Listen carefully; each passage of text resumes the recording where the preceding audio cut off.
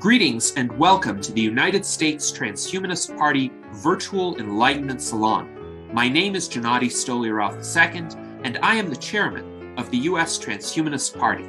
Here we hold conversations with some of the world's leading thinkers in longevity, science, technology, philosophy, and politics. Like the philosophers of the Age of Enlightenment, we aim to connect every field of human endeavor and arrive at new insights to achieve longer lives, greater rationality, and the progress of our civilization. Greetings, ladies and gentlemen, and welcome to our Virtual Enlightenment Salon of November 21st, 2021. Today, we have an exciting conversation for you about how to effectively promote transhumanism on social media. First, I would like to introduce our distinguished panel. We have our Legislative Director, Jason Geringer. We have our Director of Visual Art, Art Ramon Garcia. We have our Director of Applied Innovation, David Shoemaker. And we have our member and founder of the Human Achievement Alliance, Dr. Edward Hudgens. Welcome to our panel, and welcome to our special guest today, Greg Mustreader, who is the most popular transhumanist blogger in Russia, with over 400,000 subscribers on his Russian channels, including on YouTube, Telegram, VK, and Instagram. Now he is running blogs and podcasts in English for an international audience as well. And in the description for this video, you will find links to his English language online presence. He is passionate about rationality, transhumanism, biohacking, productivity, tech, and trends of development in society. He also curates content for his subscribers, recommending the best books and long reads. On his YouTube channel, he has interviewed such leading figures as Aubrey de Grey, Peter Singer, Charlie Kam, who was, of course, our U.S. Transhumanist Party 2020 presidential candidate, Brian Kennedy, and João Pedro de Magalhães. So welcome, Greg. We are quite pleased to have you join us today from Moscow, and please tell us some of your thoughts about how we can effectively promote transhumanism on social media. Thank you, Gennady. Thanks to everyone involved. It's a pleasure and an honor for me to be here with you today. I'm sure we will have an enlightening discussion on those topics. Just a couple of words regarding the format. I'll give a brief speech, something like 10 minutes, maybe 15, regarding the key thoughts that I have on how to promote transhumanism in social media.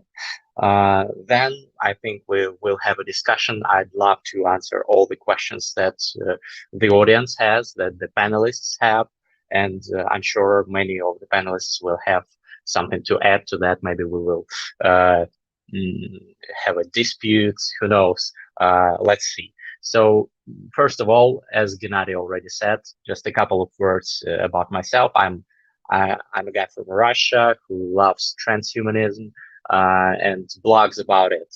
I have quite a large audience online in Russia. My Russian language YouTube channel, for example, has over 180,000 subscribers. I have something like 200,000 subscribers on my channels on Telegram, which is a messaging service, but also has public groups, something similar to public pages on Facebook.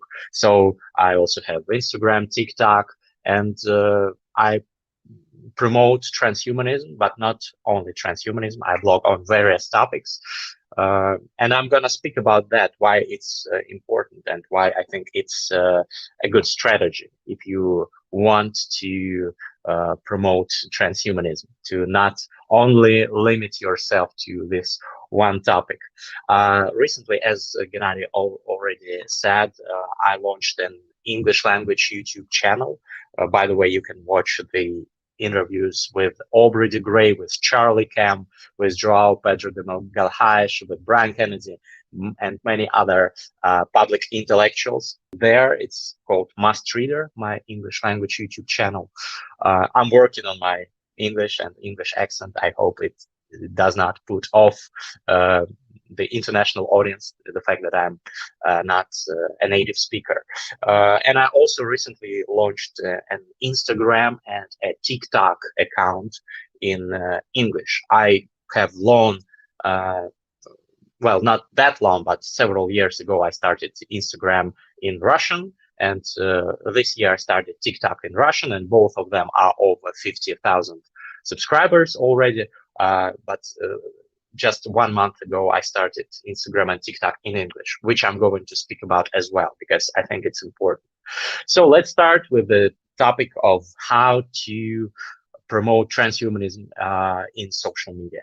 I guess it's not necessary to answer the question why you should promote transhumanism, because obviously we all are for the promotion of these ideas, and I'm sure that everyone here agrees with me that unfortunately these ideas do not seem to have a kind of popularity that they should have. So I will not go long about why we should do it, but I will add some remarks why we should do it in social media. To me, it's also quite obvious, but still, many people say, why do that? Maybe you should just talk to decision makers, to investors in this area, to politicians, etc. I don't think that you should limit yourself to just activities in social media. Of course, you should build real projects, you should speak with decision makers, etc. But this is my area of expertise. That's why I'm speaking about this particular topic today, about the social media, because it seems that I managed to attract some audience, at least in the Russian language market, during the like 3 years, I think, that I've been recently active on YouTube, and during the 5 or 6 years already that I've been active on Telegram. So I did not have any popularity prior to that. All the audience that I have was accrued due to, I guess, good content, interesting ideas, and interesting speakers that I invited to my shows. So I think I have some insights from that experience on how to grow your online presence and grow the popularity of H+ ideas and values via social media. So let's start with the question of which social media you should choose. Should you decide that you are the person who wants to help the cause of transhumanism and wants to promote it to the general audience? Well, obviously, as you have already heard, I have online presence on most of the largest modern social media platforms, but I personally am the believer in the newest new media. So we are speaking about new media, but I think there are new media and then there are the newest media, such as TikTok, for example, which has, if you watch the statistics, you can see that in the US, for example, last month, the consumption of TikTok, daily consumption of TikTok by TikTok users has exceeded the daily consumption of YouTube by YouTube users. So nowadays, people watch more TikToks overall than they watch videos on YouTube. And this trend is staggering. If you look at the statistics, this is like that. It's growing very fast, the time spent in the app by TikTok users. I know that many people believe that TikTok is an app where people just do lip syncs, they dance to some funny music, they maybe do some comedy, etc., etc. And for many people in Russia as well and abroad as well, I know TikTok is not a serious kind of platform, not something where you where you get high quality intellectual content with insights. But this is changing. This is gradually changing because the TikTok audience nowadays is growing older, and more people over 30, over 40 years old, over 50, over 60. My grandmother is on TikTok, for example. She's over 70, and uh, some of her friends of the same age also watch TikToks. Of course, they watch different kinds of content, but they also watch educational content there. That's why this year, like I think 5 months ago, I decided to launch a TikTok account in Russian, where I speak about transhumanism, but not only that, various topics. And I invested zero rubles, $0 for promotion. I just posted the announcement on my other resources, got several thousand subscribers from my active subscriber base to come to my TikTok as well. And after that, it just kept growing, steadily growing because of the algorithms. Because the amazing thing about TikTok is its algorithms. That's the reason why this app is so popular, why the company, the parent company of TikTok, ByteDance, why it costs more than any other startup in the world right now. It costs more than $115 billion. So more than Uber, more than Airbnb, and many other very famous and popular startups. Because the algorithms of TikTok are crazily efficient. They know what you, well, we all have heard that modern day algorithms of social networks know us better than we do, better than our friends. If they watch 100 of our likes, they will foresee our behavior in future. They will know who we vote for, where we go to dinner, what our sexual orientation is, etc., etc. But TikTok algorithms are the best in this game. So that's why TikTok is so addictive. That's why so many people go there and cannot stop. That's why the time spent in the app on a daily basis in TikTok is the highest of all social media right now.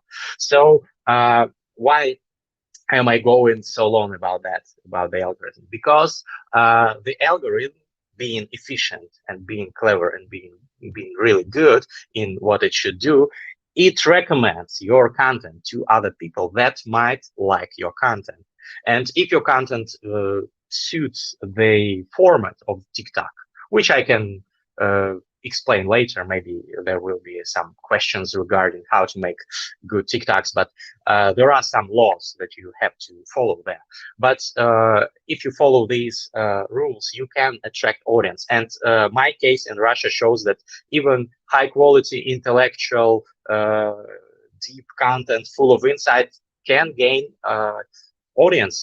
During the 5 months that I had this TikTok account in Russia, I've gained 60,000 subscribers in Russia, which is, of course, not a staggering result. There are many TikTokers with millions of subscribers, of course, but I've just started, and my content is not very easy for. It's not for kids. It's not for most of the TikTok audience, but there is a part of its audience that likes such content. So the same goes, I think it's just a hypothesis for now, but the same goes, I believe, for international English-speaking TikTok audience as well. That's why this month I created an English language TikTok account, and also Instagram. Instagram, as you might have heard, has launched several months ago, I guess, Reels, Instagram Reels, a similar feature to TikTok's short vertical videos under 1 minute, where you just either record some beautiful sceneries, or you in front of a camera tells the audience about some interesting ideas, whatever you like, but you upload these videos as reels, and the algorithms of Instagram, similarly to TikTok's algorithms, show your video not only to your subscribers, but also to other users of Instagram that might like your content. And as for my English language Instagram, which I also launched this month, one of the videos was an excerpt from one of my video interviews. It's already gained more than 3,000 views, which is quite a modest digit, of course, but with just 80 subscribers, which I have now on my English language Instagram. I think it's not bad for a start, and other videos are gaining more and more views on my reels. So this shows that these algorithms are starting to understand whom to recommend my content to. And I hope that this strategy works. So coming back to the point, which media to use to spread the word regarding transhumanism? I believe that the most efficient strategy as of today is to choose the newest media, the most popular, highest growing media. That is TikTok and probably Instagram Reels, because Instagram as a whole is not new, is nothing new about it. Everybody got used to it long ago, and Instagram. If we erase the Reels, if we don't use Reels, Instagram does not give you a new audience by itself, because its algorithms seldom recommend anything to its users. Most users of Instagram just scroll through their feeds, watch some stories, and they are the posts in the feed and the stories of their friends or of influencers that they are following. So they don't discover new content and new creators on Instagram via these means of consumption of Instagram content. But via Reels, people can discover new content, and people do discover new content. And there are cases of successful growth via Reels on Instagram. So Instagram is, in my opinion, because of the Reels, also a type of the newest media that you should, if you want to, should use, if you want to develop a transhumanist agenda on social media, you should check it out, the Instagram Reels feature. Of course, I also being a podcaster and a YouTuber, advocate for using these types of content for spreading the word regarding transhumanism. I love personally long form podcasts, video podcasts where two people or maybe more people sit down with their microphones in some cozy studio and speak about difficult issues, develop some insights, maybe argue in a civilized way about some problems. So in Russia, I do podcasts in my English language channel, Mustreader, the podcast that I mentioned and Gennady mentioned with Peter Singer, with Aubrey de Grey, with other great public intellectuals. I also call this genre of interviews a podcast because, you know, a podcast is something that does not necessarily resembles the classical interview where there is an interviewee and interviewer, and one just asks questions but does not express his or her own opinion, does not necessarily show his or her point of view.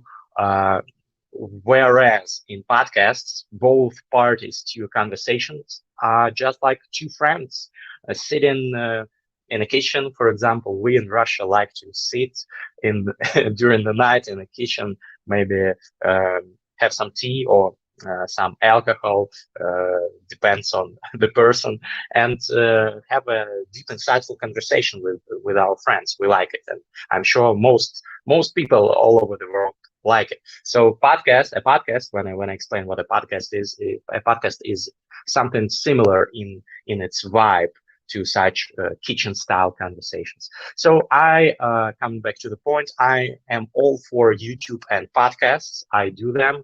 I have stopped for several months doing English language podcasts, but I'm going to relaunch my English language YouTube channel, Mustreader, and we have already spoken with Gennady that maybe he might be one of the upcoming guests, and I'm preparing for relaunch of my YouTube channel and my podcast, and I'm sure it's something that works quite well for attracting new audience, but it's much more difficult to gain new audience via YouTube and YouTube algorithms.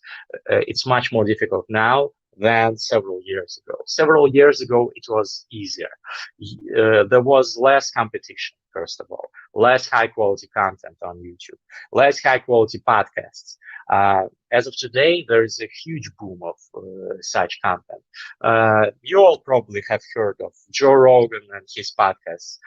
Probably some of you heard of Lex Friedman, for example, or Tom Billio, or maybe other podcast hosts that have their podcasts both in audio and in video uploaded to YouTube, have millions of views, and many people love them, watch them on a regular basis, and they don't have the time slots to put in an additional podcast in their media consumption, because they already watch 3 or 4 podcasts every week. Where to find some additional time? It's difficult to compete. So if you are a person who is wondering where to start, which new media to choose to grow my audience and to grow the audience of transhumanists, I'd advise to start with the newest media, and YouTube and podcasts, which are just the new media.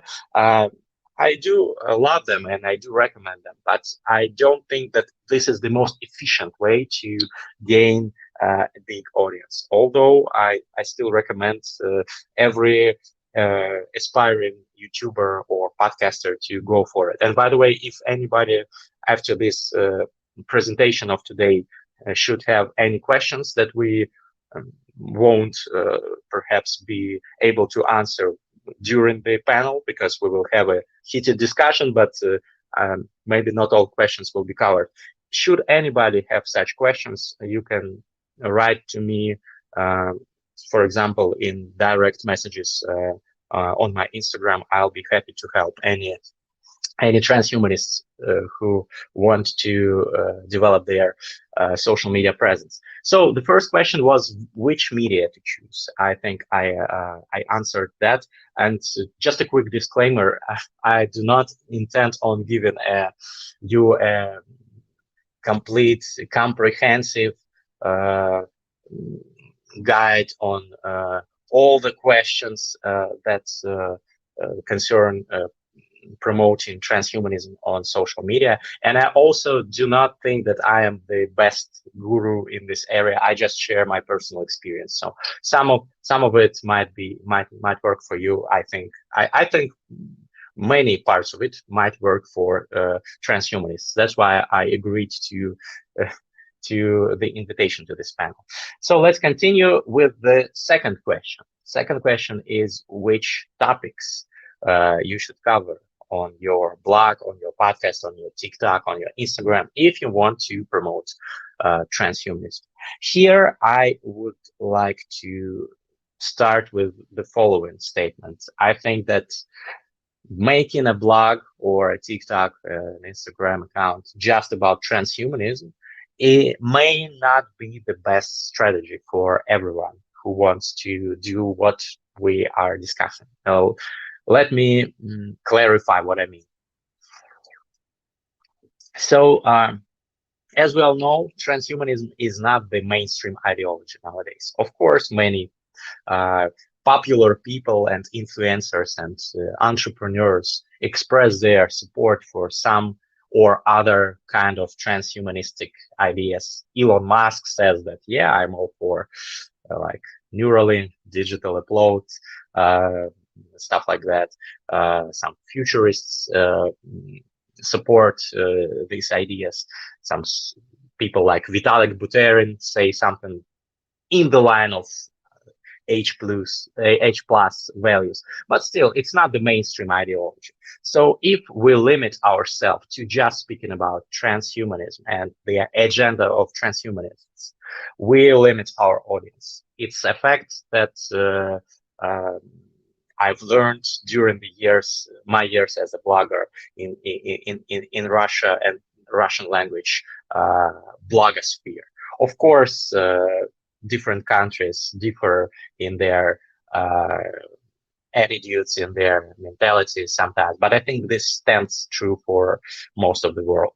If you choose not just transhumanism and transhumanism related topics for your blog, for your channel, for your TikTok, but if you also cover some other topics that are of interest to your prospective audience, then you have a chance to win over a bigger group of people.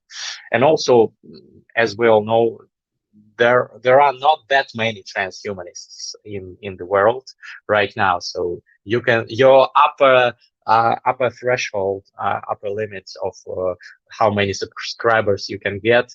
You can watch, I don't know, the number of subscribers of Aubrey de Grey, maybe of some other leading figures in this area.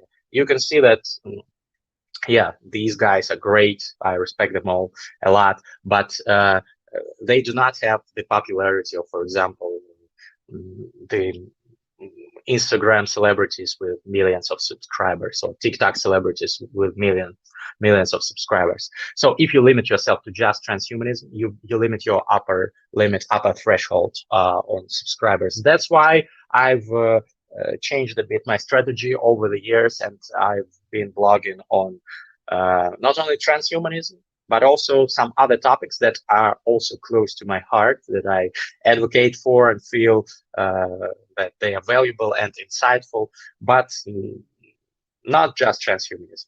Of course, biohacking, but biohacking is something close to transhumanism. So this is quite obvious, but also some topics like trends of development in society, trends in tech, IT companies, IT corporations, and their trends of development, the metaverse, which is especially enjoys a special hype nowadays, etc., etc. And also, I blog about books, long reads that intelligent people like and might benefit from. So by making such kind of content, I am gradually involving those people that never heard of transhumanism before into the orbit of such ideas. And then I infuse some transhumanistic ideas in some of my podcasts. I invite some Russian celebrity with a huge online following, and we speak about their life story and maybe their favorite books and some other topics. And then I ask a question on whether he or she would love to live forever, what they think about transhumanism. Some of them don't even know what transhumanism is. I explain it to them. Then all the viewers of such videos, for example, I have some videos with 300,000 300,000 views on YouTube. On TikTok in Russian, I have videos over 1 million views per video, and all those viewers get to know about transhumanism and such ideas via such kind of content. So if you don't limit yourself to just transhumanism, you can infuse these ideas in other types of content and grow your audience and grow the audience that knows about transhumanism, which is step one. Step two is to make them like it, of course. That's why I'm making content where I speak to people who are skeptical, who are not so fond of transhumanism, to try to disarm their skepticism and their counter arguments. So let's go to the third part. There will be 4 parts of my speech, after which I'll move on to the panel. So the third part of what I wanted to say is how to speak about transhumanism, because on social media, obviously, because we already figured out where to speak about it, which platforms to use. We already figured out which topics you should choose, that you should not limit yourself to just transhumanism. Now the third part is how to speak about it, the tone of voice, the style of argumentation. Well, it's just from my experience. Of course, it's not universal advice, but I think it might be useful for some people. So my insights are as follows. There are transhumanists, obviously. There are people who are against aging, who think that aging and death are bad things that we should overcome, that we should fight.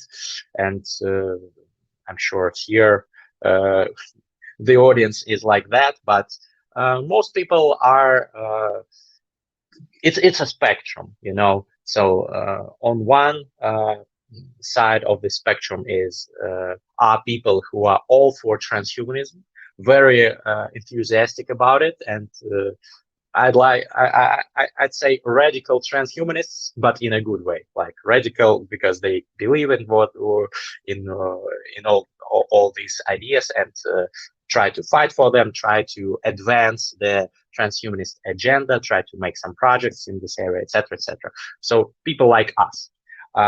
Then the other end of this spectrum belongs to people who are anti-transhumanists, like absolutely against it, believe that death is the greatest thing that ever happens to humanity, and maybe they are like that for religious reasons, although I've made some content on that. Religion does not exclude transhumanism, and I know there are many religious transhumanists, and in the US especially, and I know that I being also from a religious family, I know something about religion, so I can confidently say that religion does not mean that you cannot be a transhumanist. But still, some people are against it for religious, for moral reasons, and people on this end, at this end of the spectrum, are the most difficult to speak to regarding transhumanism. I'm sure all of you have had this experience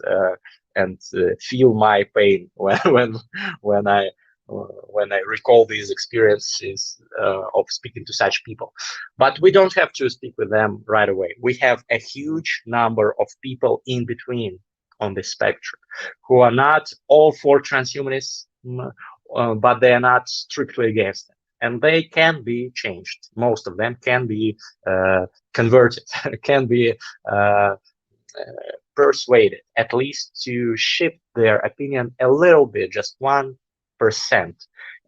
Move 1% to the edge of this spectrum, which is closer to I'm for transhumanist ideas. And step by step, you can move their ideology. So how to do that?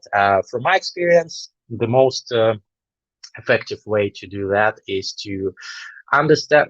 Well, this is, of course, excuse me if I'm too banal, too trivial, because this is some basic marketing laws. But you should find out what their needs are, what their interests are, what they like, how they like being spoken to, and you should adapt. You should adapt. You should, for example, I have a community of my subscribers in Russia who donate to me on Patreon, like 400, I think, people who regularly donate to my projects on Patreon, and we hold regular meetings. And also, obviously they are the most, I would say, devoted members of my audience, but there are other subscribers who come to my events, for example, not only the ones who support me on Patreon, because those who support me, obviously, most of them support my ideas, but there are others who come to my events. Quite often they are not transhumanists. Quite often they are very skeptical regarding these ideas, and I speak to them. I find out what exactly is it that they oppose, why they are against fighting aging, for example, fighting death. And I find out that, for example, a very common argument from their side is that, for example, if we speak about cryonics, a very common argument is that it's completely unscientific, it's completely non-proven, it will never work. Scientists have proven that it will not work. Your when you freeze the body, your veins will explode. People don't know that there are cryo preservatives, special substances added to so that this does not happen. So they don't. So basically, what I'm getting at is they don't know the facts because they have not seen, watched, or read any transhumanist content, and they don't know the basic facts about it. Or they say, well, it's been scientifically proven that our brain cannot live longer than 120 years. It's a fact. How can you be a transhumanist if even if you augment, enhance your body, but your brain still will be destroyed after that period? It will not work. And they don't know about modern research in treating some specific age-related improving some specific age-related factors, about using the big data in finding out how we can stop aging, etc. When you talk to them, just calmly explaining the modern state of research, sometimes they leave astonished at what they didn't know before. So you don't have to be rhetorical, invoke some emotions, etc., etc. You just need to present them with some facts.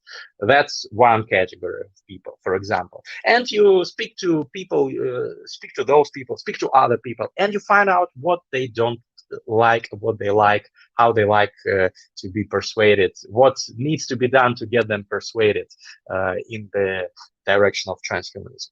And that's how you hold, so to say, customer development. If we speak in the terms of startups, yes, and the Silicon Valley, they all do customer development before they launch their new products. So the same goes for media, the same goes for promoting transhumanism and related ideas. So you should speak to the people. You should find out how to disarm their skepticism, and after that you should do it. If you don't have this opportunity, you can speak to them in comments. Comments on YouTube, Instagram, TikTok. People leave comments. People write something that's bothering them. They give you feedback. Watch this feedback and adapt. So that's like the way the startup founders act, and all successful startups are constantly adapting, changing, making pivoting their strategy. You know, Airbnb used to be a completely different app before it became Airbnb, a multi-billion-dollar startup. Uber used to be a completely different app. It pivoted. So you should pivot, you should adapt to the needs of your audience. And that's how you change their minds. That's the main insight that I got. Obviously, there are many other life hacks, but that's the main one. Last but not least, the fourth topic that I wanted to cover in my presentation is how to grow. Because, yeah, we chose the right platforms, the right formats, the right topics. We know how to speak to people, but how to grow, because there are lots of blogs nowadays, lots of types of content that are competing with each other. There is Netflix that's competing with all the bloggers, of course. In the evening, people choose what to do, watch an episode of some Netflix series, or watch maybe a podcast, listen to a podcast, or maybe go to TikTok and scroll through TikToks. So how to grow in this challenging environment? Well, I will say nothing new here, but two main things. First of all is algorithms. And by algorithms, I mean, first of all, TikTok and Instagram, because as I already said, their algorithms as of today are the most efficient and effective in getting you to a large audience without any investment in marketing. So the newest media, their Instagram, their algorithm. And the second recipe for growing is inviting guests that have their own audience. So if you have a YouTube channel, consider introducing at least a section where you interview people. where you maybe record a podcast with them or a traditional type interview, and try to get a high-profile speaker.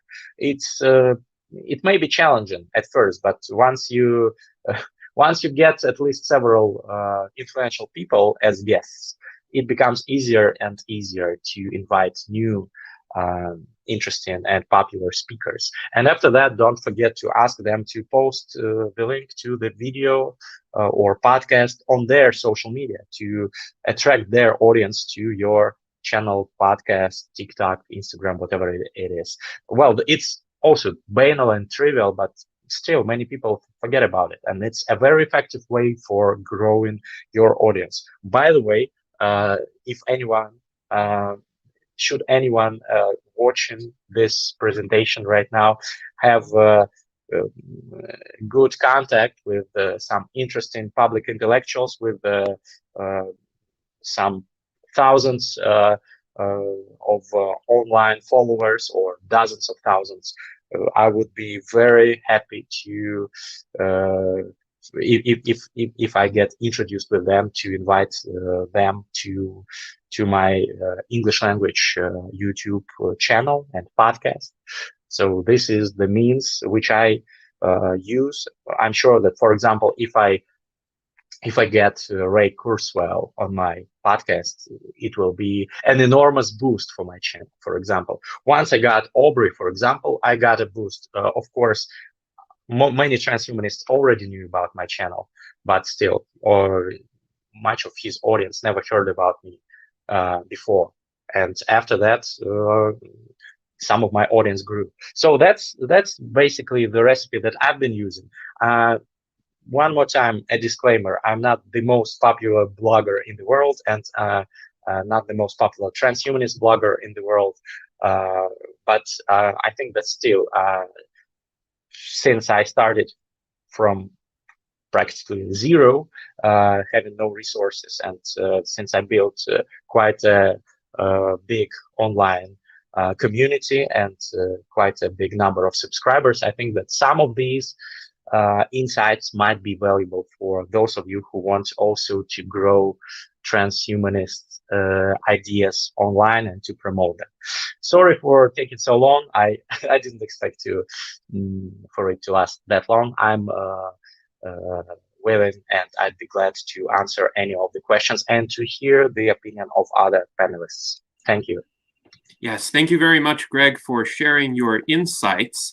The first question that we have comes from David Wood, who wonders, which of your videos were the ones with the largest number of views? What was special about them which resulted in such a large audience? And this is, I think, a question that will be informative for anyone who seeks to create content that reaches a large audience. So I'm curious what your answer is.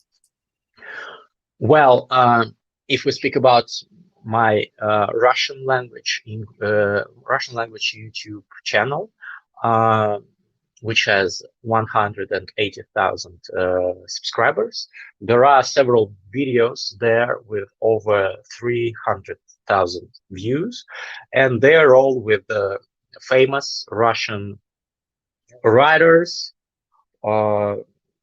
movie critics,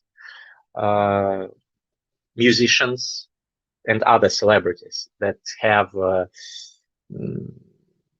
huge following online and big respect online. They are loved, and people watch content with them with great ease. So that's not because I was very enlightening and entertaining in those videos. That's because of them, of course. I do share some of this result because I managed to get them to open up and to speak with me, but mostly I, of course, attribute the success of these videos to the popularity of these guests. Let me just for a second put a charger in my phone because it's starting to yeah, okay, it's all good now. So in TikTok, I have some of my videos in Russia in TikTok have over 1 million views. One of them has over 1.5 million views.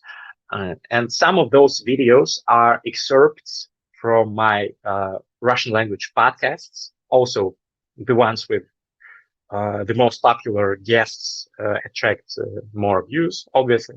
But some of them are also just me sitting in front of my camera, just like now, obviously, uh, speaking something about the topics that I cover in my blogs.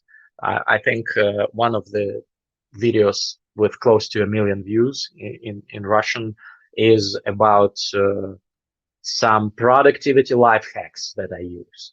So this is the topic that people like. And I mentioned speaking about not just transhumanism, but other topics as well. I think productivity is a great topic to speak about because many transhumanists are people who want to transcend themselves, to become better, to biohack themselves, to life hack. Yes, and productivity is in line with all those values. Transhumanists always want to be more productive because we still have not won the fight with aging and death, so we need to be more productive. So videos on productivity, videos on some books also attracted good views. So not just the videos with celebrities, but the ones that are most popular on YouTube are mostly with celebrities. On TikTok, it's 50-50. Some of the videos just with me in them, some of them with celebrities.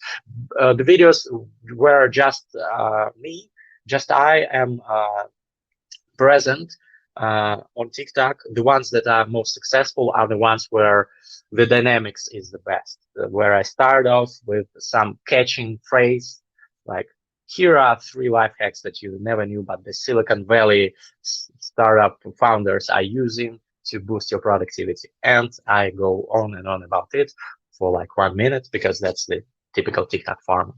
So you should start off with something brisk, something eye-catching to attract the attention of viewers, because in TikTok people swipe, change videos. If they don't like the video in 2 seconds, they swipe. So you should be fast to grasp their attention. That's the recipe for TikTok. Instagram Reels as well. As for my English language channel and Instagram and TikTok, it's too early to be certain about the recipes there, but I think everything I said about my Russian channels holds true for the English ones as well. So it will be similar, I guess. Yes, thank you very much, Greg. And David Wood also made the observation that your TikTok videos are typically around 1 minute in length each. And perhaps this shows how I haven't been keeping up with TikTok, but I remember back when TikTok only allowed 15-second videos, and my thought was, how is it possible to express a complete original idea in 15 seconds? It looks like that time limit was extended, and I think a minute does offer sufficient time to express one complete thought. But I'm curious, when did this happen, and how can people most effectively be leveraging that minute to introduce substantive intellectual content? Yeah, you're absolutely right. Moreover, this limit was extended first to 3 minutes, and now they are considering extending it even more. They in beta testing, they have extended it to 5 minutes. I've already been given a notification about that, so I can already upload videos up to 5 minutes. And I've heard, I've read some articles that say that they are going to extend the time limit, the TikTok time limits, up to 15 minutes, which is a game changer. 15 minutes is the length of a typical YouTube video, for example, typical YouTube video by a blogger, at least. A podcast is usually longer, but it's a significant change in the policy. As you rightly said, Gennady, TikTok started with 15 seconds videos. That's why I did not pay attention to it at the start. I thought, oh, it's just a new hyped social platform for kids, but they evolved, and they are constantly evolving. So I think the change of the policy that extended the limit to 1 minute has happened a couple of years ago, at least, maybe even before that. And the change to the 3 minute time limit happened this year in Russia, at least. In different countries, they change the policies at different time. Maybe in the US it happened earlier. I guess it should have happened earlier in the US. As for the 5 minute change, it happened just over the previous maybe week, maybe 2 weeks ago in Russia. In the US, I don't know. I think I got a notification on my English language TikTok account as well. I use an American SIM card for it, so and I use a VPN for TikTok to recommend my content to international audience, not to Russian audience, because this English language TikTok and Instagram, I'd like to aim at international audience, because if TikTok and Instagram see my location and advertise my blog to the Russian audience, the algorithms will believe that, yeah, this is the content for Russians, and it will not spread the word internationally. That's how it works. Sorry for going into long details, but maybe this is interesting for someone. So that's it. The TikTok rules are evolving. Maybe in several years there will be 1 hour long TikToks. Who knows? Yes, and this reminds me of the evolution of YouTube, actually. This kind of dates me, but I was on YouTube since December of 2007. And I remember when YouTube had a 10-minute limit on its videos. So when I wanted to go into greater depth than was possible in 10 minutes, I would create series of videos. And it was actually frustrating because for a while one couldn't upload videos to YouTube. One had to use YouTube's built-in video recording service, which was often quite glitchy. So I had to record a given video sometimes 4 or 5 times. I'm glad those days are gone and we can stream a multi-hour virtual Enlightenment Salon. And it's interesting that TikTok is heading in a similar direction as its viewer base matures, essentially. So it's interesting to observe these parallels in the evolution of platforms, which are really parallels in the development of different generations. So I look forward to the 1 hour TikTok videos, actually. But based on what you said, this is an intriguing platform for people who want to delve into ideas now to explore. And we thank you for enlightening us about the possibilities there. Now, what's also interesting are your observations about how much more difficult it is to get a new following on YouTube than it used to be. And I remember 10 years ago, it was comparatively a lot easier to get views on YouTube. My most popular YouTube video is still Reasons Not to Pursue a PhD, which I published on January 5th, 2011. It has nearly 176,000 views. And it's interesting also, you observe that one of the keys to success is not to focus exclusively on transhumanist content. And this definitely was not exclusively transhumanist content. This was content for a broader audience, and it did garner a lot of interest because I think the thoughts that I expressed resonated with a lot of people who were in a similar position to the one I had been in, and were considering the decision to pursue a PhD, but ultimately decided against it because of various, let's say, unpleasant institutional realities of doing that in the United States, at least. So having these kinds of subjects that attract a more general audience is definitely a prudent tactic for someone who wants to then weave transhumanism into them, as you stated. Now, we have a question from Alexandria Black that I'm curious to get your thoughts on. She asks, even if we fine-tune our approach by adapting to algorithms, how do we be resilient to arbitrary changes in algorithms? Because, of course, the platforms do evolve themselves and they have the discretion to shift their algorithms. On YouTube, the shift has been deleterious over time. It's harder to get views, as we noted, and there's also a bit more censorship than there had been before. And I hope this video doesn't get censored because I pointed out the censorship. Nonetheless, how do we, while we remain cognizant of the algorithms, also preserve a certain approach that will work even if the algorithms change? What are some of the strategies we can use for that? Well, you are asking a question that has been a real pain for me during the last months, because the changes, so thank you, Alexandria, for this question. The changes in YouTube algorithms it's something that's been bothering, I think, most YouTubers, maybe all YouTubers.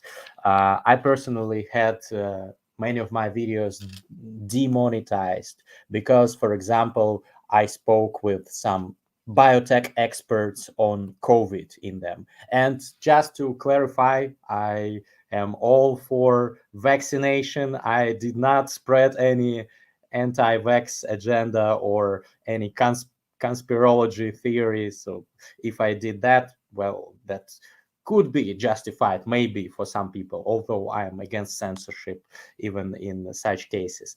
But I did nothing wrong. It's just that the algorithm is not clever enough if we speak about YouTube, and it doesn't recognize sometimes what the video is about, and it censors it because it thinks that this video promotes some conspirology or some hate speech, even if there's nothing about it. And you appeal and you wait a week, and after that you get your demonetization removed, but your video got less views because the demonetized videos, the algorithms do not promote them as actively as the videos where the monetization is on, which is obvious because YouTube wants to earn money, and the videos where it can put in its advertisements, those video it promotes with more enthusiasm than other videos.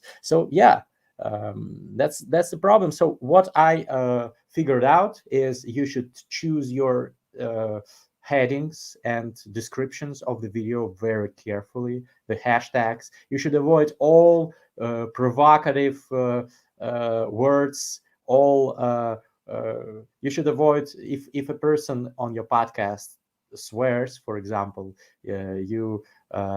you should, if it's in the beginning of the video, you should move this part closer to the middle, because if there are swear words in the beginning, YouTube might demonetize your video, for example. So you should adapt. You should watch for this algorithm and how it behaves, and just adapt and be very risky, be on the low side of the risk, because if you risk the algorithm, very often when you try to narrowly escape bad consequences, it catches on. And if you have several videos where YouTube algorithms have removed monetization for you, for those of the viewers who don't know what it is, what it means, monetization on YouTube is when you get advertisements shown to you while watching the video. If you buy YouTube Premium, you don't watch them, but if you don't buy it, you watch them. So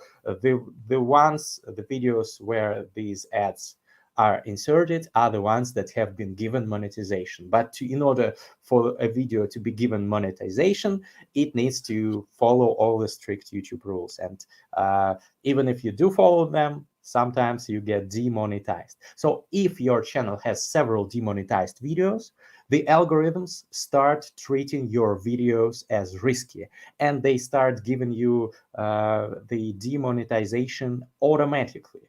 Once this has happened to me actually on my Russian channel. So for several weeks, all my videos were automatically identified as demonetized because the topics are too risky for some companies that advertise on YouTube. That's the wording, something like that. After that, my team appeals this decision. We wait a week. Then the appeal goes through and the YouTube says, okay, sorry, we were wrong, everything fine with your video. But it's been a week and my video already was published and it gained less views than it should have gained. So yeah, that's the problem. Because of that, I advocate for the less risky approach, tread cautiously. And as for TikTok, it's also not an ideal platform, of course, because obviously we all know how the Chinese treat online freedoms, and they are also not big fans of free speech, etc. So I don't think that TikTok will be any better in this respect. But as of now, it's, I think, more free than YouTube. Paradoxically, maybe it will change over time. But I know that TikTok censors content that has like some erotical context. But that's not something that concerns my videos. So I haven't been banned, and my videos have not been removed, knock on wood, on TikTok.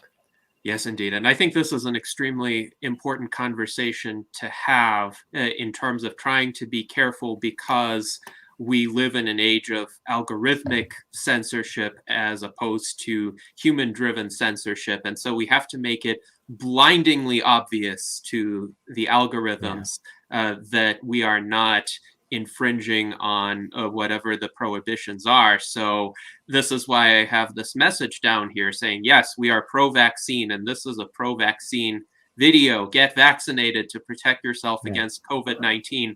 We support vaccination. Please do it and stay safe.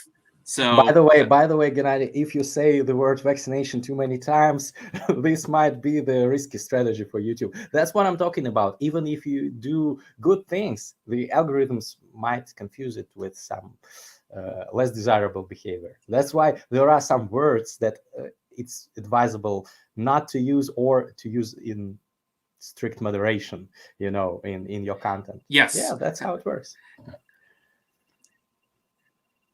Yes, indeed. And when we had a virtual Enlightenment Salon on this behavior that we were trying to encourage, somehow the algorithms flagged it as being in violation of the guidelines of a certain platform, and the video got removed and my channel got a warning.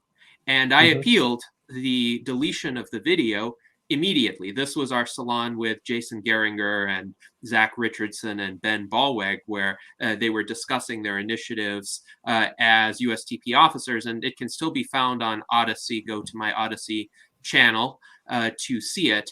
But when I appealed, just a few hours later, YouTube rejected the appeal, and it seems that nobody actually read the content of the appeal, that there was an algorithm reviewing the appeal as well. So I'm curious, in the case of your videos, you were able to successfully appeal to this platform. How were you able to do it? What is some advice that you could offer for successfully appealing a YouTube strike of any sort, be it demonetization or removal of the video? Well, I'm sure that this might be an example of how is it called, the fallacy of the one who survived. So maybe the strategy that helped me is not universal, but for me, writing down thoroughly all the arguments why the algorithm was wrong in making this decision helped. And also, I'm sure that the thing that helped was the fact that I already have over 180,000 followers. So probably the moderators at least read the lines that I inserted there in this table where you appeal it. So I'm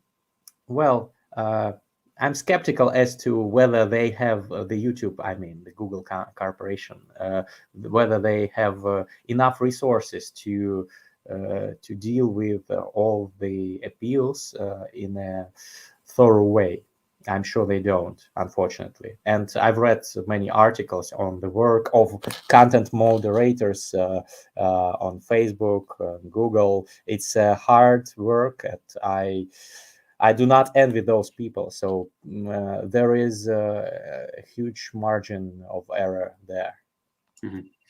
Yes, indeed. And I think that's the problem. The human effort devoted to this task, even though it is a highly important task, is insufficient because of a lack of personnel and hence the reliance on algorithms. As I often like to say, we do not need to worry about the smart algorithms of the future. We need to worry about the dumb algorithms of today, because those are the kinds of algorithms that are doing the most damage. And of course, we live in an environment that I think can correctly be described as the cancel culture. So a lot of people, a lot of institutions are trigger happy whenever they see or hear something that doesn't exactly resonate with their worldview. Instead of trying to understand it, instead of trying to distinguish nuances or perhaps extract some valuable information, even if they do disagree, they're all too eager to just push the metaphorical red button and get rid of the video or the post or even the individual who is advocating these ideas. And John H. points out people who act like that are scared. The problem is bigger than that, though. It's not just when individuals get scared, it's when an entire culture gets scared, because what that does is it creates a chilling effect on discourse where you don't even need government censorship anymore. When the private institutions do it for whatever political faction wants to impose the censorship, that's the scary part. And of course, Greg, you and I have a background, at least in terms of our ancestors, coming from a totalitarian regime, where the problem with the censorship wasn't even that the government did it directly, though, of course, under Stalin and in many cases under later rulers, there was a lot of direct government censorship, but the government co-opted the entire society so that neighbors would inform on neighbors, and there was absolutely no confidence among ordinary people that if they told a joke, for instance, that wouldn't be reported to the authorities. And Edward echoes this about cancel culture and fear producing self-censorship. So we need to, I think, create a haven for the free expression of ideas. I think that's extremely important in order to enable our civilization to progress, in order to enable transhumanist ideas to take hold. But we also need to be smart about it. So I'm wondering, Greg, if you have any other thoughts about how we can be smart about preserving that free expression of ideas and not run afoul of the many metaphorical landmines that stand in our way. Well, it's a complicated question that you are asking. I've been thinking about it for a long time. Honestly, I think the only way that we can influence this situation at all is to build a community, a large, active community that can be an actor in including in these online culture wars, and that can act and counteract some media attacks, and can be a powerful actor on this information media war arena that we are situated in right now. So if, for example, if some transhumanist is banned or cancelled by media. And there are just several thousand transhumanists who can say anything about it online. This will not attract huge attention. But if there are millions of transhumanists who say something and who support him or her, that may change the situation. That's why I think the number one priority should be enlarging the base of support of transhumanist ideas in this respect. I don't know, what's your opinion? Yes, I completely agree with you in terms of creating a community, creating institutions. And Edward Hudgens points out an example here of this new University of Austin, which has the support of Steven Pinker and some libertarians and honest conservatives. And really the point is to create an institution dedicated to open inquiry so that we don't have speech codes on campus. We don't have speakers who get shouted down whenever they present. We don't have students thinking that they have the power to bar somebody from campus whose ideas they disagree with. And I think also a lot of people on the left should be sympathetic to this as well. If you think back to the 1960s and the free speech protests at Berkeley University. I went to Berkeley University for a visit in 2013, and there's a monument there to the free speech protesters in the 1960s. And when I saw that, I was thinking, it's amazing how much has changed in 50 years, but it's not that the left is inherently against free speech. It's that sometimes people who gain a lot of power become opposed to free speech because the voices of dissenters become inconvenient. So I would say everyone across the political spectrum should support this idea of free speech because one can always find oneself in the minority. The winds of politics shift very frequently. And we've seen that in the United States, we've seen that in Russia, we've seen that all over the world. So if you're in the minority, how do you want your ideas to be approached? This is one crucial consideration. Now, I want to acknowledge Celeste Castaldo as well for her super chat. We always appreciate Celeste and her generosity. So thank you very much for that.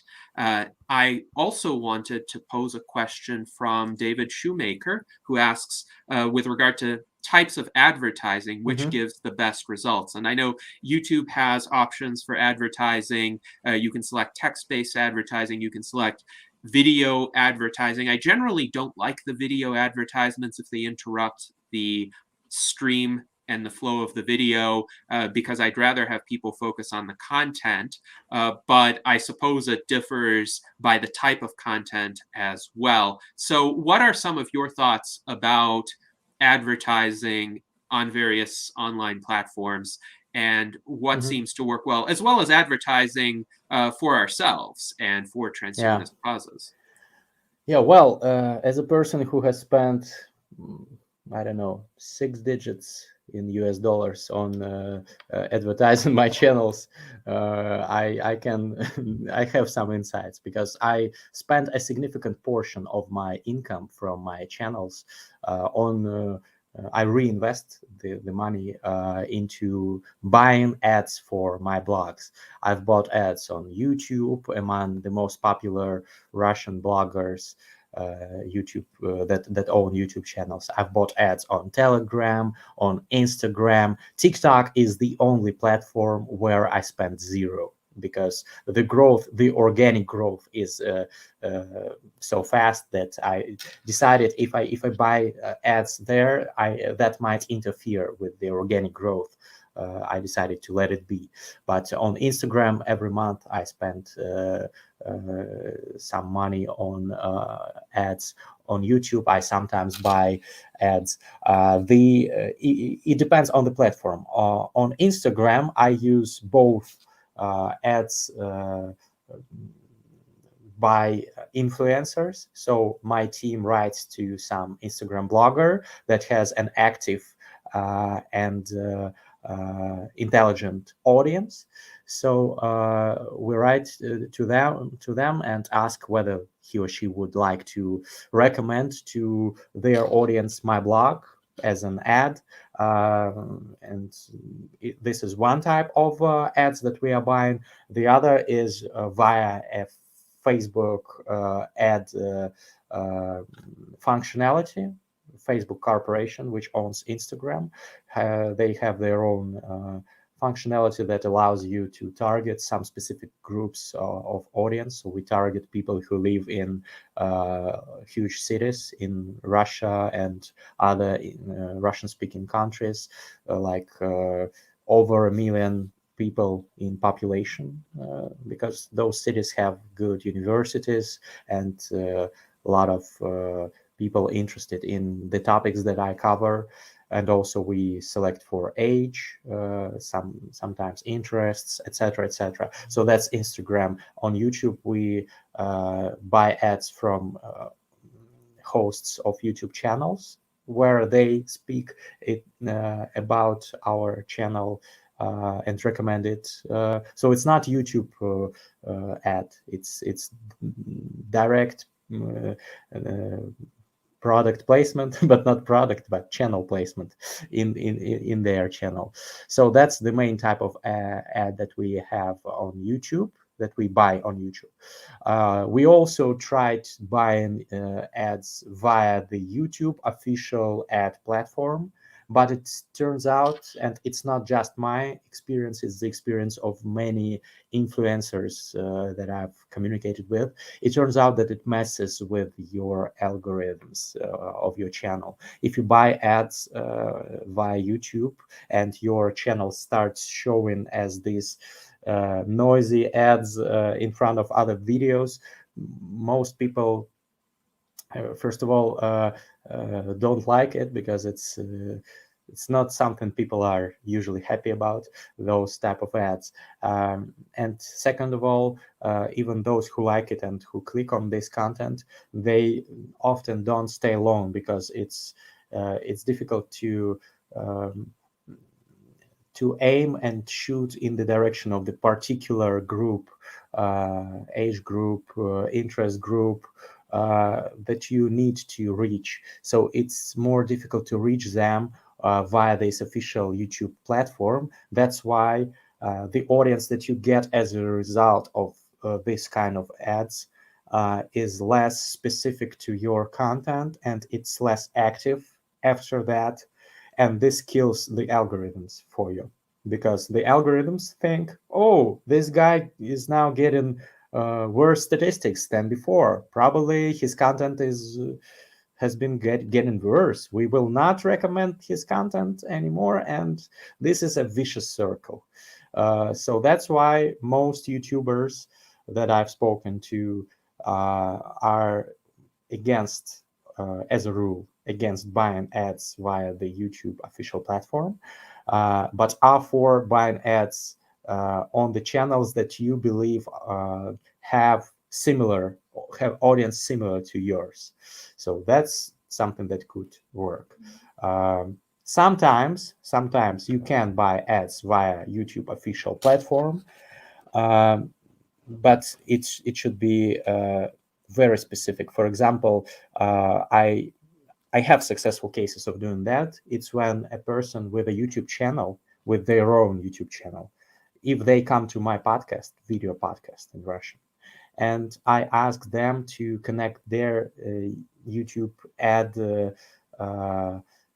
cabinet, I think it's called, I ask them to connect their ad cabinet to mine, and I can then after that I can target my pre-roll ad via YouTube. I can target it to the audience of that particular person. That's the instance where buying ad via the official YouTube platform can be reasonable. In this case, the audience that you reach is exactly the one that you need to reach. So in this case, it's fine. But in other cases, I would recommend against it. So yeah, mostly these kind of ads. If we speak about the ads that I buy, if we speak about the ads that I sell, it's a different story. I can explain also if anyone is interested. Yes, I think that would be quite fascinating to delve into. I do want to note that shortly after I watched your interview with Charlie Cam, I encountered one of your ads in another context. And for my English-speaking audience, I will explain this. There is a Russian YouTuber who is quite famous named Max Katz, and he blogs about Russian history, politics. He often blogs about the situation in Belarus, and he has some very detailed informational videos which are just interesting if you speak Russian to find out about both history and current events. So I actually saw one of Greg's ads in one of Max Katz's videos, and he actually narrates his own ads. So my understanding is when you buy an ad from him, he custom tailors that ad and he embeds it into his program so that it's still him speaking and explaining the relevance of whatever is being advertised to his audience, which seems to me to be the best kind of advertisement in terms of being targeted, in terms of being relevant. But I'm curious, how does one get that kind of ad? And is this a path that's realistic for transhumanists in other parts of the world, in other situations? Because clearly we wouldn't be advertising on Russian YouTube for the US Transhumanist Party, but would you say that's a more widespread strategy that could be pursued? Yeah, absolutely. That's the kind of ads that I usually buy. By the way, I didn't know that you watched Max's channel. This particular ad was kind of effective. I don't remember how much it cost, but not that much in comparison to how many viewers it attracted. I think I got an increase of 5,000 subscribers on my Russian YouTube channel after that. For I guess it was like a couple $1,000. So the price per subscriber was not that big, but Max has an active audience, and the video that I chose, which is also an important factor, you should choose if you have this opportunity. If the blogger that sells ads to you gives you this right, you should choose the topic of the upcoming video. Well, he or she might say, I have videos on this, and this topics, and you choose the one that you think will gain most views. I did that, and that video attracted quite a lot of views, and overall I was pleased with the results. So yeah, that was an example of our ads buying strategy. Well, I also sell ads to I'm very selective as to whom to sell ads, but if I believe that this brand is good and worthy of the attention of my subscribers, then I also sell ads in the same format as we just discussed. So I'm sitting in front of a camera and I'm telling in my own voice, in my own wordings about the sponsor of the video. Mm-hmm. Yes, indeed. Well, thank you for that information, Greg. And it does seem like quite an effective strategy. Now, in terms of our own revenue right now, we primarily get it through super chats. So thank you to John H. He mentioned the Biden stock market contributing to his ability to donate this amount. So I appreciate it. And thank you also to Alan Crowley, who writes, such an important topic in the field that he works in, which is advertising and public relations. He's looking forward to the recording, and he says, keep up the good work. So we greatly appreciate that.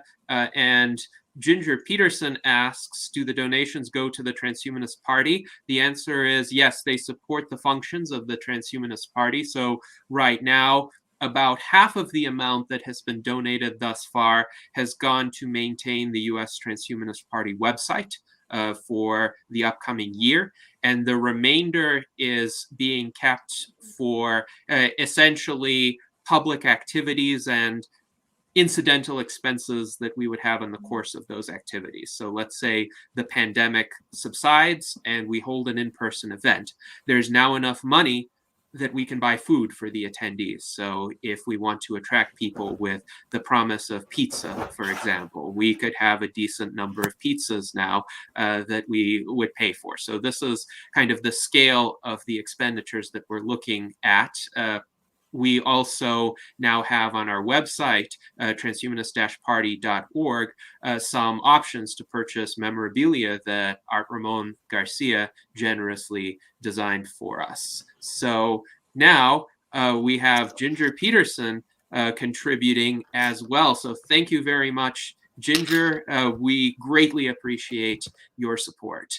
And now I want to go to another question from Edward Hudgens, who asks, have you seen problems in educating people on transhumanism because of politicized science creating complete skepticism? So I think he notes that science has taken on left-wing and right-wing flavors, so to speak, and that prevents a common language of communication about science, which used to be a lot easier even 5-6 years ago. And do you have any indication of social media helping to promote actual policy reforms? Right. And I'll mention something in a minute about the reforms I'm thinking about. Yeah, I didn't quite catch the last phrase. Can you please repeat it? Yes. So do you have any indication? Do you have any indication of social media helping to promote actual policy reforms? And Edward, feel free to elaborate on this. Yeah, I'll just say, since I have the floor, yeah, for example, in this country, it takes 10 to 12, it costs about $3 billion to get a new product, medicine, from research lab to patient, in part because we have a certification process with our FDA that's really, really antiquated. Or, for example, we have a system in this country that's really a sick care system. Basically, you get sick and then everybody argues whether you pay through it for the doctor through the taxes or through insurance or whatever. And there's a lot of need for reform if we're going to move forward with transhumanist agenda. And so part of what I do, I work in the public policy areas. I'm always looking for ways to get people interested in transhumanism by basically saying, well, hey, look, we can do something with the healthcare system. We can get more cures to people with Alzheimer's, et cetera, et cetera. So I'm always looking for ways that we can do that by educating and essentially setting up the intellectual base on which we're going to build reforms that will actually allow the emergence of medications, of all of sort of things that really in the future. That's the second part of my question. The first part, again, is the problem with politicized science. I've given lectures on it, how so many people are skeptical of everything because science is being so politicized. Yeah, well, the FDA, although I live in Russia, but I've heard a lot about it. So yeah, and the politicized science is also a huge problem in Russia because many people don't trust some scientific developments that are endorsed by the government, for example. And if you ask about social media helping to promote actual policy reforms, the answer is in Russia, not so much, unfortunately, because of the political circumstances and the political regime. I'm sure it's easier in Western countries. As for the problems in educating on transhumanism, because of politicized science, I have not mentioned problems in education on transhumanism specifically, because maybe the topic of transhumanism is not as politicized as other topics are. For example, the COVID, this is a hugely politicized topic. Aging research, well, I don't think so. Not so much, from my experience. Maybe in other countries, it may differ, of course. Yes, it's interesting because, as far as I'm aware, aging research is not politically controversial in Russia, in the sense that there are political elites who are at least somewhat sympathetic to it Mhm. and don't consider it to be a threat to their rule. And in the United States, I have heard comments to the effect that the Republicans and the Democrats are divided on everything except for support for technology. So there are opportunities to make inroads even into the political establishments of both countries. Now, I'm curious what your thoughts are on this question from Art Ramon Garcia. He wonders, would you invite a high-profile anti-transhumanist like Alex Jones on your show? Do you think it would increase your views or backfire? And Edward Hudgens thinks that it would backfire because giving a platform to someone like Alex Jones would only pull down our own reputation. But what do you think on this question, Greg? Well, this is my personal opinion. Maybe the Transhumanist Party thinks otherwise, but I think that the best strategy is to invite such people to your shows and to win the arguments with them in a civilized way, so that after watching the program, some of the audience of that person becomes less certain in the views that they used to have. Of course, it's not as easy. Most of them are their staunch supporters, and they will not. Their opinion will not be shifted so easily. But you can make a little impact, a small impact, at least at first, and then move further in that direction. You know, when people bans certain anti-establishment intellectuals from appearing on TV shows, social media platforms, podcasts, etc. When they ban them, they get the opportunity to say, "Oh, look, I'm being banned from all the platforms. People, elites, do not want the people to know the truth. They censor me. This is all I don't know, some conspirology plot to censor me." And all those crazy guys, they say similar things, and their audience believes them. If we don't do that, if we do not censor them, but we just in a civilized way discuss with them things and show to all the viewers that these people are not right, they don't get their facts straight, they are not experts in what they speak about, they promote some non-existent ideas. If we expose them in the open, that's, in my opinion, the most effective strategy. Although you have to be prepared for the discussion, of course, you have to be absolutely prepared, and you have to be prepared not just with the facts, but also rhetorically, because all those demagogues, they have various tricks in their arsenal to make it seem like you lost the debate, even though you have all the facts. But I'm used to that. I had some, I did not have Alex Jones on my podcast, but I had some controversial figures in my Russian podcast. So I'm not sure I would destroy Alex Jones, but I would definitely try. I mean, not figurative, not literally, but in a debate.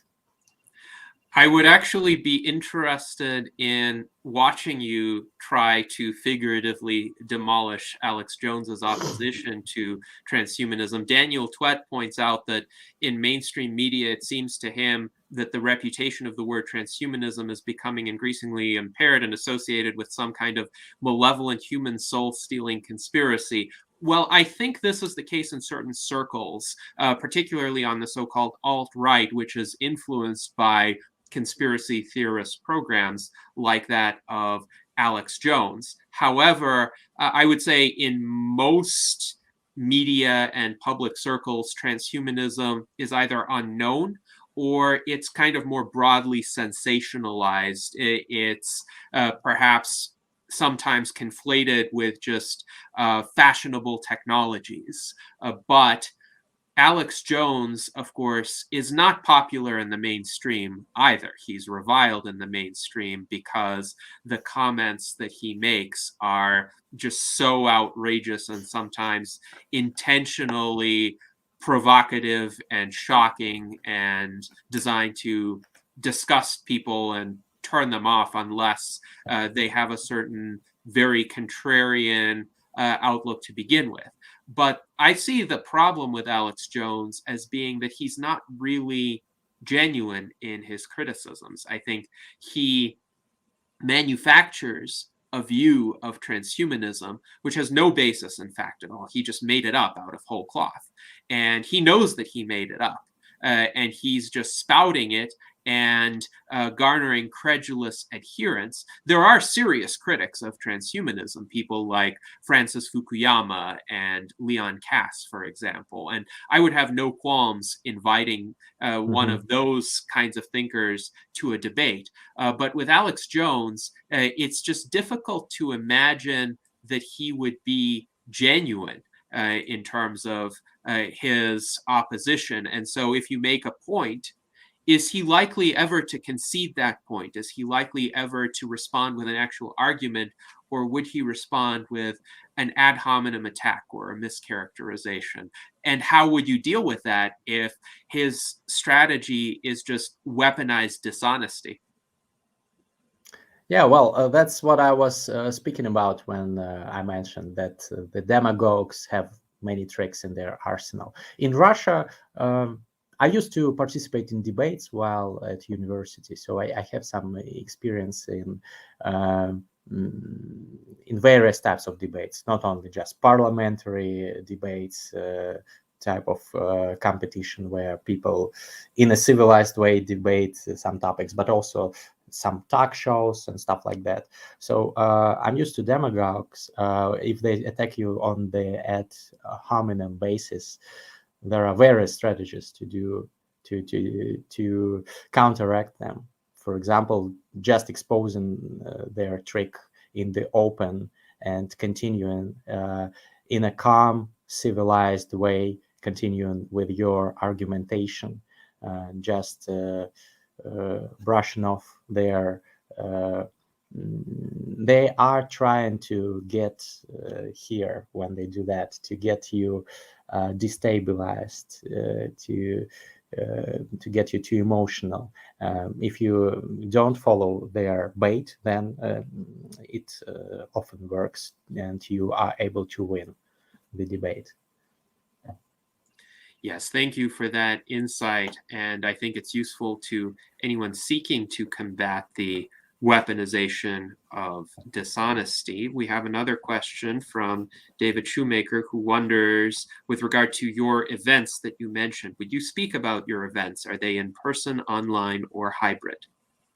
Well, because of the pandemic, the recent events have all been online.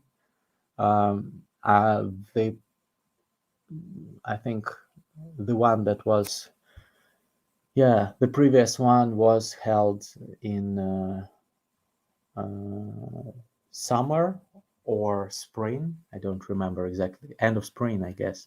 And it attracted something like 200 attendees who all paid. It was a paid event, but all the proceeds went to the Against Malaria Foundation, the charitable fund that I support personally. They buy anti-mosquito nets for preventing malaria in Africa. So 200 attendees were at the event. They all bought the tickets. So there were 15 speakers, I think, who gave something like TED talks on various topics, including transhumanism, including rationality, including effective altruism, productivity, and other topics. It was good. People liked it. I gathered feedback after the events, and the average assessment of the event on a scale of 0 to 10 was 9 out of 10. So people like it. And before that, I also had a similar event several months prior to that. I think that I will have another one this winter, but I have not yet announced it. It will also be online. Although I thought about holding an offline event. I'm vaccinated. Most of my subscribers are as well, but still the risks are too high. You know, the Delta is quite deadly in Russia as well. Yes, and as I understand it, the fraction of the Russian population that is vaccinated is a lot lower than it is in the United States. I believe we've exceeded 70% in the United States, but in Russia, I would be surprised if it were higher than 50% at this point, which is unfortunate. But that is a reality to contend with, certainly in terms of event planning. Now, we have another question from David Shoemaker. He wonders, with regard to making one's video blogging entertaining, have you tried comedy? And more generally, what entertainment strategies work best? Well, I once did stand-up comedy several years ago, but it did not end well. But it was an interesting experience. As for entertaining elements in my content, well, I try to infuse some humor in my videos, maybe even some memes to, you know, make the video more entertaining. As for the podcasts, we also have an interesting format. I have several podcasts in Russian, and one of them I have a co-host with whom we debate. We hold polarizing opinions on many things. For example, I'm a transhumanist. He's not as enthusiastic, more skeptical on this topic, and this adds a different dimension to the podcast. So we invite some guests. For example, recently we had Peter Fedichev. He's the founder of Giro AI. It's a startup that has been recently featured in TechCrunch, a Russian-based startup. They use big data to research cure for aging. So, and obviously I know Peter and support his work, admire his work, but Alexander, my co-host, he is more apprehensive and skeptical towards transhumanism, and he asks all those sorts of questions that a non-transhumanist would ask. So that helps make the process more entertaining. I think it's a good format. That's why we have this podcast. So I have several of them, and one of them I do with a co-host. That's what I was speaking about. Yes, and I definitely can see the value of having that kind of discussion and different points of view built into the program, in effect, so that if people do have objections or reservations to transhumanism, those can be articulated and discussed and responded to, of course. Now, in terms of some feedback from our audience, Sergei Gubkin writes that inviting Alex Jones to talk about transhumanism is just like inviting someone who thinks cheating death is a proven oxymoron to discuss cryonics. His criticism is not constructive. Sergei notes there can be constructive criticism of transhumanism, singularity, and cryonics, but conspiracy theories and slogans like those that Alex Jones would espouse are not one of them. And Alan Crowley notes, a credible adversary is much better. One is more likely to get intelligent discussion and shows willingness to entertain opposing views. So having somebody who is an honest skeptic of transhumanism, somebody who genuinely has reservations, is willing to discuss them in an open forum, and is willing to be challenged to get his or her mind changed, I agree would be more effective. So now I think we are coming to the point in our discussion where I would like to go around the panel one more time and ask each of our panelists for closing questions or comments for Greg, and let us begin with Jason Geringer. Hello. I'm kind of curious if you've ever had any of your YouTube videos just like have somebody else put an ad on it. I mean, I got a YouTube channel that I just do cover songs of, past music. And so I never had any intention of putting any ads on it. But I've noticed that there's ads on there. I don't know where they came from, but somebody is able to put ads on my stuff, which I didn't even think you could because it's a cover song. But I'm just wondering what should I even do about that? It's a good question. I'm afraid you can't do anything because YouTube initiated this policy some time ago that even if you choose not to monetize your channel, YouTube will, because Google wants to make more money. Alphabet, the parent company of YouTube. So yeah, they monetize everything. I'm not sure as to the copyright issues regarding the cover songs. Yes, it seems strange that they monetize cover songs, but on the other hand, you don't monetize cover songs because you have no right to do that because it's cover, it does not belong to you. But YouTube as a platform probably has the right, legally speaking. So they exercise this right, even though we don't like it. they do it. And David Wood points out that similarly to what Jason mentioned, he has noticed that the London Futurist videos all have ads inserted at their starts these days, whereas that wasn't the case before. So unfortunately, there does seem to be a two-tiered or multi-tiered system on YouTube where if you are a sufficiently prominent contributor, you get to monetize your own videos. But if you're just a person who occasionally uses YouTube and you might get a few hundred views now and then, but you don't have any videos that have kind of become viral or quasi-viral, then you don't get the option to monetize, unfortunately, and YouTube still monetizes for you. Now, I do hope that with platforms like YouTube, we will become increasingly prominent, and these virtual enlightenment salons are helping. So fortunately, my channel broke through the monetization barrier some time ago, and we can use it to garner publicity and some resources for the U.S. Transhumanist Party. So I'm pleased to do that. Now, Alexandria, I understand you have a question, so feel free to go ahead and ask it. Hi, thanks for coming on the show, Greg. I was wondering if there is a way to use AI to answer the usual questions about transhumanism. And can we do that in a heterodox way that would reflect somewhat the diversity in our community? Alexandra, thank you for the question. I like it.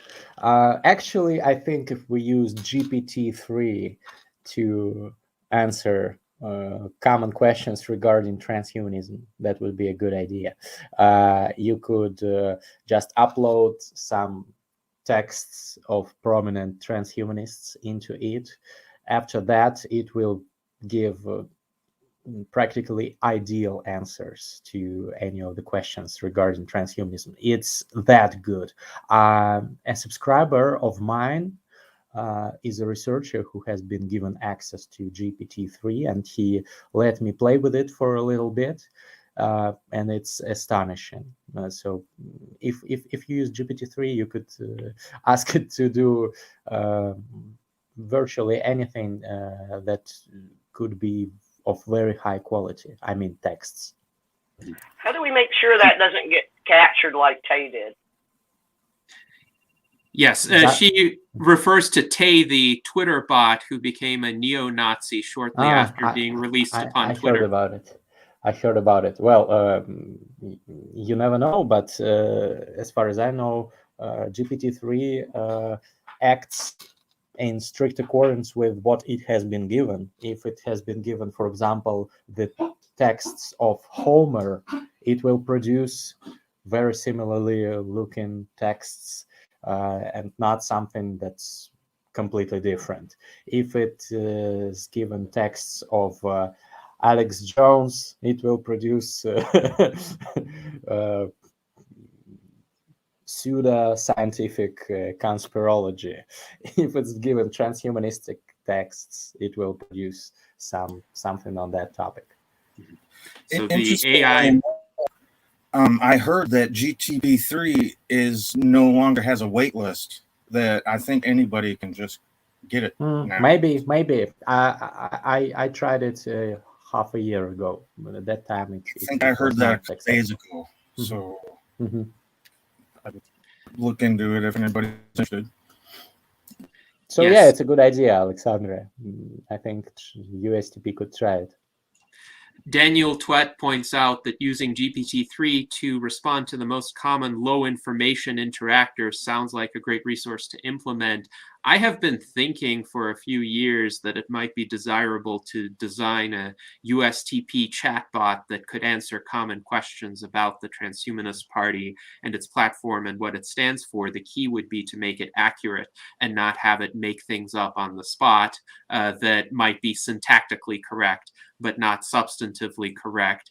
David Wood echoes the recent availability of GPT-3 without a wait list. So now we have time for one more question, hopefully a brief one. Let's go to Art Ramon Garcia. Yeah, have you ever interviewed Estonian rapper Tommy Cash?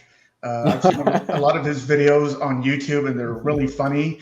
And perhaps you can convince him to make a transhumanist-inspired video to kind of, spread the word of transhumanism. Well, I'd love to. He's a funny guy. I've watched some of his videos as well, but I have not. Well, I probably will sometime in the future because there are many prominent Russian musicians or musicians from countries close to Russia that I have already interviewed on my podcasts. So I hope it will happen as well. Maybe not Tommy Cash, but some other popular musician will make some content on transhumanism, promoting these ideas. I have long talked about that with some of my friends who are quite popular in Russia, in Russian music arena. So maybe some of them will get down to doing it, and I'll definitely share any of such content with you as well, with you guys. Well, thank you very much, Greg, for joining us during one of the Moscow nights. And we have about a minute and a half left in our program. Please share with us any concluding thoughts about this discussion and where else people can reach you. Well, first of all, thanks a lot for inviting me. It's been a pleasure, and I love the fact that you have such a diverse and intelligent group of people, judging by the questions that were asked and the comments on YouTube that I've also briefly scanned during our conversation. So thanks. I enjoyed it. As I already said, I'll be happy to help any transhumanist who writes to me. So my contact information is in the description of the YouTube video. You can reach me via Instagram, for example, or just write a comment under any of my new videos on Instagram, TikTok, or YouTube, because I'm relaunching my English language YouTube channel, which is called Mustreader. I recommend you subscribe to not miss the upcoming podcasts and solo videos where I will go in depth on many topics, including transhumanism. I don't promise you Alex Jones, but if I get hold of him, I will. All right. Well, thank you very much, Greg. We look forward to your future interviews, and we appreciate the insights you shared during our conversation today. This is what the Virtual Enlightenment Salons are all about. And until next week at Sunday at 1 p.m. Pacific time, I hope you all live long and prosper.